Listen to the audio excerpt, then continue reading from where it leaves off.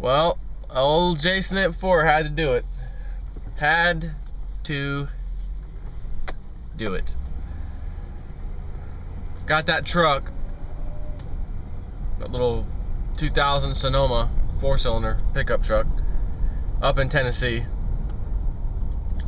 It's not an extended cab, so you can't tilt the seat back at all. It's pretty much straight up. Got a small cab area, passenger seat, that's it. Room for nothing. And I couldn't take it anymore. So it's going up for sale. Craigslist today, $2,500, our best offer. Went ahead and got another ex-police car, Crown Victoria, 2005. Does have high mileage, but there's no leaks. Engine sounds great. Transmission shifts great. Everything's good about it. And this one has the full wraparound push bumper on it, which I just love. So I had my dad follow me up there to the place I was looking at it in case I was going to buy it, because the guy had a few to choose from. And one with lower miles didn't quite sound as good, actually. And a couple things about the body I didn't like. So got this on the way home, naturally, just like the last time I had one of these cars on the way home. Get on the interstate. Matter of fact, when I was test driving the car, when I went to test drive the car, make a U-turn back in the center lane. Actually, I was in the far right lane. There's 3 lanes. I need to get the center lane into the left lane, and as soon as I turn my blinker on, turn left, cars backs off. Hey, like, hey, go ahead.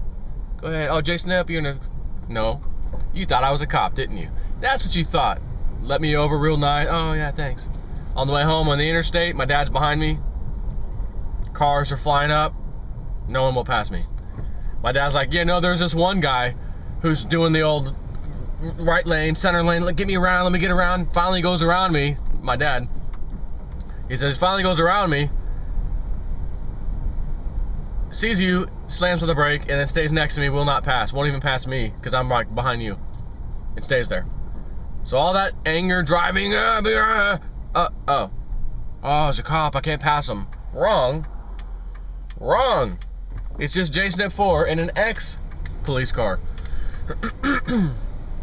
But that son of a gun looks real, like an unmarked car. So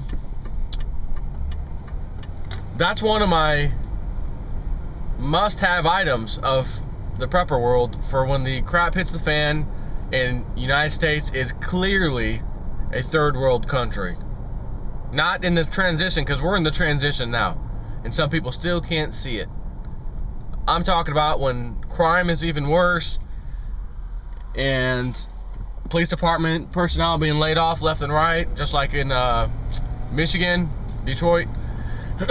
People will rob people and then stand there and laugh and count the money and whatever they stole and laugh at the person, because they know it'll be hours, if not a day or two, literally, before the police arrive. I've read numerous stories about that.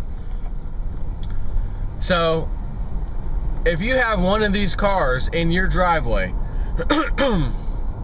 because let's face it, most people that live in your neighborhood are not going to be the ones going over to try to rob you or break into your house for the most part. Usually it's somebody out of the area looking for a good place to hit. They go in, they hit it, and they leave. That's usually how that goes.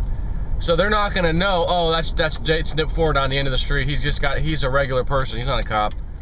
He's just got that car. Right? They're not going to know that. They're going to see that and say, oh, better not hit that house. And as a matter of fact, let's leave this area, because if he's that close and we break in somewhere and a call goes out, maybe they'll call him and too close to a cop, let's go to another neighborhood. And they leave, or at least a different street, and they're gone. That is a good reason to own one of these cars, if not for nothing else but to look like you might be a cop, because they're not sure. They see the car, they have no idea. So what I really intended on making this video about was the price of gold and silver, how they're really I mean, just desperately trying to keep those prices around $1,300 for gold and $20 for silver. And if it goes up any little bit higher, they throw everything at it. So the other day I was mentioning about these huge short positions they took out, right? And then there were more shorts taken out on top of the shorts. So expect a good waterfall decline in price is what we've been waiting for. And we're waiting and waiting, and hey, wonder when they're gonna do it. Sound like I was just speaking Chinese for a second. So it looks like they started it yesterday, or the day before, actually, pushing. I mean, gold was down like 25 or 30 bucks, silver was down 50 cents, and then yesterday it looked like they came back up a little bit. Silver didn't quite make it back to $20, but it was, you know, let's take a look. I thought it was around 1970 something. Yeah, 1970 even right now, and the market's not open yet. So I can't wait to see how much it cost them, how difficult it was for them money-wise to push the price down that little bit. I can imagine they had to sell a ton of those shorts to get the price down that far. And believe me, they piled on them. They did pile on them. But I remember talking about this a while back, as in, you know, maybe 2 years ago or something. And I would notice after reading like the COT reports, and you know, which is the commitment of trader reports, and some other data, basically how much silver had to be moved or sold off in the paper market. The silver never left anywhere. It's just a piece of paper being shuffled from one elitist to the next company, and then back and forth. But when you see how much had to move in order to bring and I was focusing on silver back then, the price.